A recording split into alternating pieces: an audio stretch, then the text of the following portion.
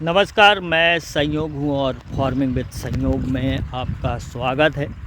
भाई साहब, यहाँ आप जो पीछे देख रहे हैं ये वैरायटी है हमारी 27। और ये वैरायटी आज हो चुकी है शायद 18 से 20 दिन के बीच की है ये वैरायटी। इस खेत का याद नहीं है कब बुआई हुई थी इसकी, पर आप खेत देख रहे हैं मेरा एकदम क्लीन दिखाई दे रहा है। देखो आप, जहाँ बीच में काली काली जगह भी दिखाई दे रही है। अपन खेत में भी चलेंगे। अब आप इस साइड देखें, रोड के इस तरफ कहीं कोई जगह नहीं है, चारा अलग दिखाई दे रहा है, चांस के बीच में दिखाई दे रहा है। ये पड़ोसी किसान का खेत है। यहाँ देखें आप, क्लीन जगह दिखाई दे रही है। फ्रंट कैमरे से देख, ये चारा देखें आप। ये किसान ने इस तरफ और इस तरफ चारे की दवाई भी डाल चुका है। पहले किसान के खेत में चलते हैं अपन। किसान ने चारे की दवाई भी डाल दी है, उगने के बाद में एक पानी भी लगा दिया है ना। और ये चारा, इसका चारे की दवाई डालने के बाद में भी बस ये पत्तियां ही इसकी गड़बड़ हुई है और ये चारा जड़ से नहीं उचक रहा है ना, वापस पनप गया है। इसका बताने का तात्पर्य मेरा ये है कि ये चारा टूट तो रहा है मगर वापस पनप रहा है, अच्छे से सूखा नहीं है। और मूंग जो है वो किसान की कुछ इस तरह से दिखाई दे रही है। किसान ने जो पहला पानी जल्दी लगाया था अपने खेत में, उसके बाद में। और जो दिन में ये हो गई है आज 22 दिन की ये मूंग। और अपनी मूंग है जो वो है 18 दिन की। अब अपन सामने चलते हैं अपने खेत में। और इस खेत में आज ही स्प्रे हुआ है दूसरा वाला। स्प्रे में वो ही है सैम्प्रा। और सैम्प्रा नहीं यार, सॉरी, अभी सैम्प्रा वाले किसान से बात कर रहा था, दूंगली वाले से, तो सैम्प्रा आ रहा है अपना सोलोमन और मिशन है ना। और यहाँ मेरी मूंग देखें आप, ये 18 दिन की मूंग है।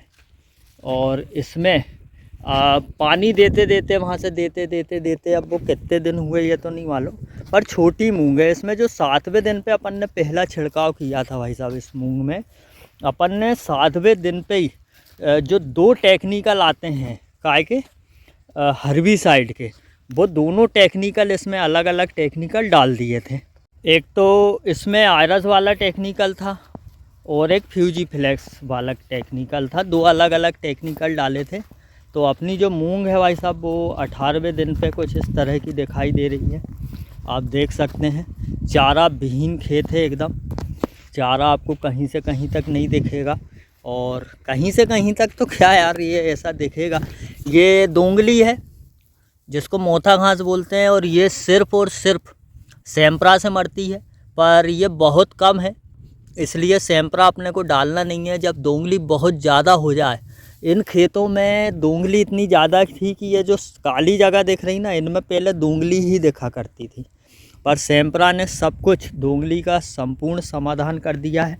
और हमारी 18 दिन की 27 जो है हमारी, इसलिए बोल रहा हूँ कि हम 27 है, वो कुछ इस तरह की है 18 दिन की, जिसमें 3 को 3, 3 6, 3 तिरका 9, 10, 11 और बीच वाली ये कोपल जो है निकल रही है। और इल्ली इसमें अभी तक नहीं लगी, और इल्ली नहीं लगी और हमने अगला जो स्प्रे है हमारा वो वापस से इसमें रिटर्न कर दिया है। सामने देखें आप, ये भाई लोग जो हैं वो अपने दवाई डाल रहे हैं। आज एंडिंग है, दवाई का लास्ट डे है ना यहाँ पे। अपन थोड़े से और आगे चलते हैं तो और भी आपको पड़ोसी किसान का और मेरा जो मूंग है वो भी दिखाऊंगा थोड़े आगे जाके। बाकी इस वीडियो में मैंने आपको दिखाया यही है कि मेरी ये मूंग है हम 27, वो इस तरह से दिखाई दे रही है। 18 दिन हो चुके हैं, पानी अभी तक मैंने लगाया नहीं है। और चारा देखो, जल्दी हमने ये जो पिछले साल हमने 2-3 एकड़ में ही, हमारे गौतम भाई हैं, उन्होंने प्रैक्टिकल किया था कि चारा मार जल्दी डाल दिया था। तो इस साल हमने पूरी ज़मीन में यही काम किया है, चारा माल जल्दी डाल दिया है, उसके रिज़ल्ट हमें शानदार देखने को मिले। वहीं ये जो सामने वाले किसान हैं, इनने कौन सा चारा माल डाला, क्या किया, तो इनका चारा वापस पलटने लगा है और इन्होंने मूंग बड़ी होने के बाद में इसमें चारा माल डाला था। मतलब इनने अभी मतलब जो 15 दिन की मूंग थी, जब इनने पानी जल्दी लगा दिया था मूंग में और चारा माल डाल दिया था। और हमने अभी तक हमारी जो मूंग है उसमें पानी बिल्कुल भी नहीं लगाया। ये जो खेत है मेड़ के आगे, इसमें भी हमारी 27 ही लगी हुई है और इस खेत में भी सेम वही टेक्निक से 7वें दिन पे चारा मार अपन ने डाला है। और ये भी लगभग लास्ट की बुआई होने है, तो ये भी लगभग 18 दिन की है, क्योंकि उसमें दूसरे ट्यूबवेल से पानी हुआ था, इसमें दूसरे ट्यूबवेल से हुआ था, तो पानी के हिसाब से भी दिन अपन गिन रहे हैं। मतलब इसलिए ही नहीं गिन रहे हैं दिन की अपनी जो वैरायटी बोई कब है, अपन ने पानी जब दिया है उस तारीख से अपन इसके दिन गिन रहे हैं। तो कुछ इस तरह से इसमें भी चांसें दिखाई दे रही है।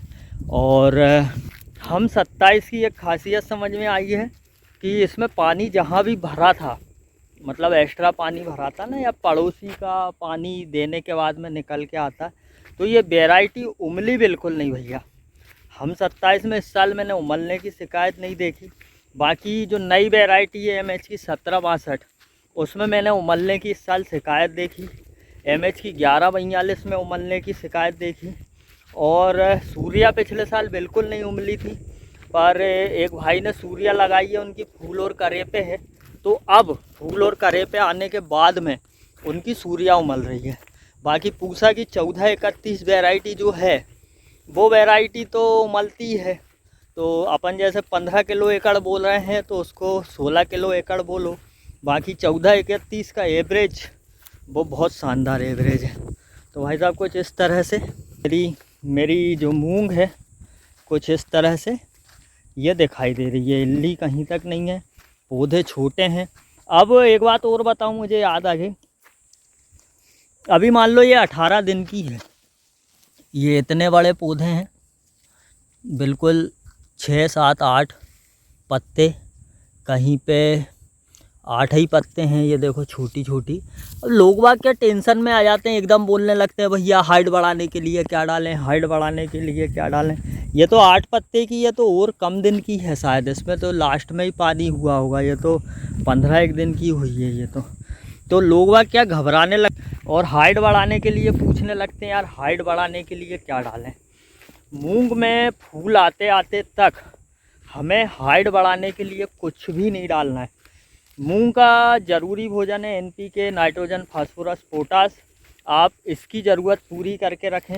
ज़्यादा सही है तो इस अवस्था में जब मूंग मान के चलो 20 से 30 दिन के बीच में है, आप उसमें NPK 13-40-13 ज़रूरत के हिसाब से, जैसे पत्ते पीले दिख रहे हैं या कुछ दिक्कत आ रही है, जैसे मेरी मूंग में आप देखें कोई पत्ते पीले नहीं है, कहीं से कहीं तक कोई दिक्कत नहीं है ना। ये देखो आप, कोई ऐसा लग ही नहीं रहा कोई माइक्रो न्यूट्रिएंट्स की कमी है।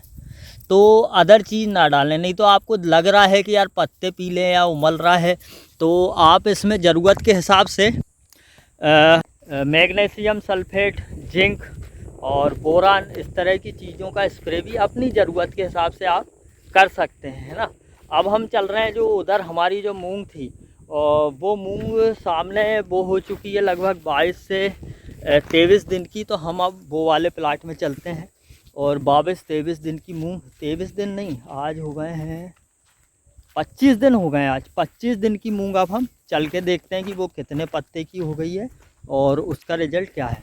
असल में क्या है, जैसे अपन स्प्रे करना चालू करते हैं, 2 दिन पहले वहाँ पे स्प्रे किया था 25 दिन वाली में, 2 दिन में स्प्रे हो ही जाता है, 2 दिन में 3 दिन में पानी हो जाता है।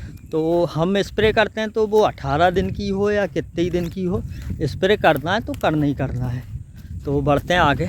अच्छा, एक बात और कुछ दिन पहले से देखने को मिल रही है, हमारे खेत में इल्ली बहुत ज़्यादा है।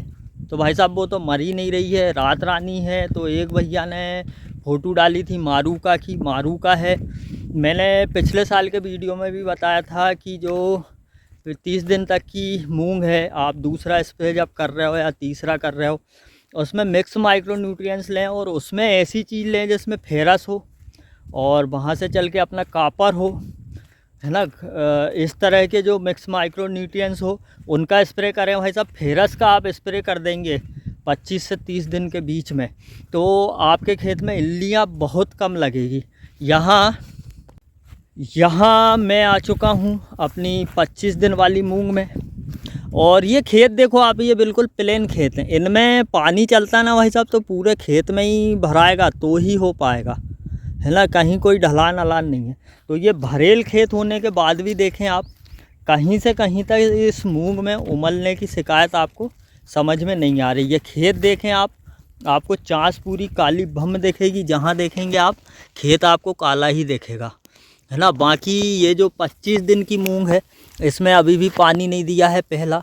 और यहाँ आप देखें तो 3 और 3 6 7 8 इसमें निकल आया है। 3 और 3 6 3 9 10 11।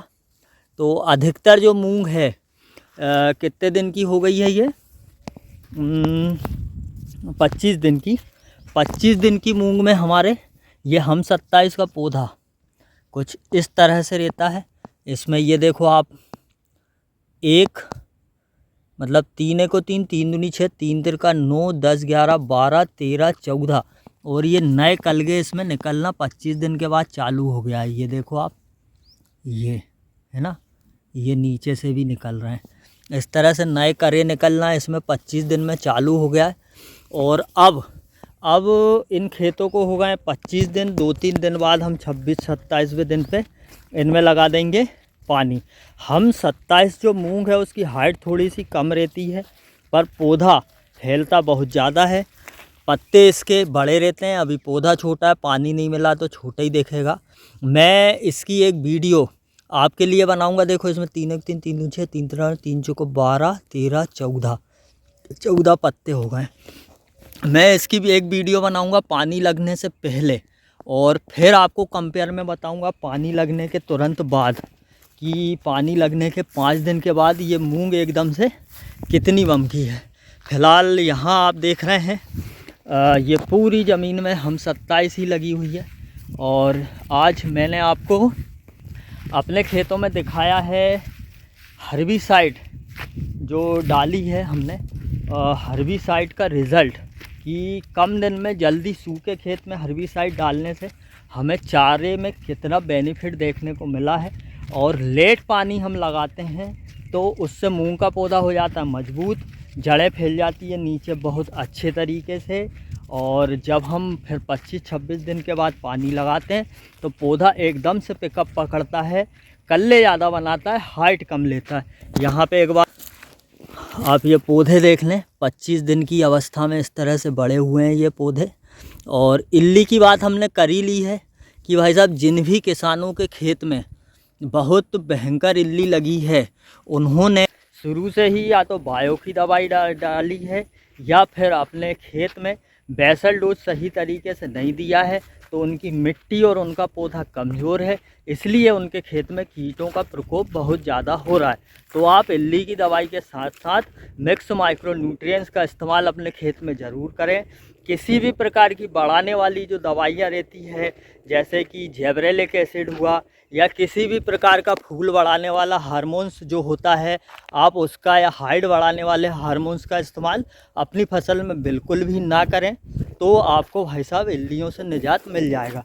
शुरू में हल्की दवाई चलाना चाहिए, माइक्रो न्यूट्रिएंट्स का ध्यान रखना चाहिए, और उसके बाद में धीरे धीरे दवाइयों का डोज या दवाइयाँ मतलब हल्की से ज़्यादा जहरीली दवाइयों की तरफ हमें जाना चाहिए। उम्मीद करूँगा आज जो दिखाया और जो चर्चा करी वो आपको सार्थक लगी होगी। इसी प्रकार की और भी वीडियो हैं मेरे पास जिनमें मैंने और भी खुल के चर्चा की है कि किस माइक्रो न्यूट्रिएंट से क्या होता है क्या नहीं होता है। ये वीडियो आप ज़रूर देखिएगा। फ़िलहाल आज्ञा लेता हूँ जय राम जी की। वीडियो अच्छी लगे तो शेयर कर देना, नहीं तो कोई बात नहीं। Bye bye.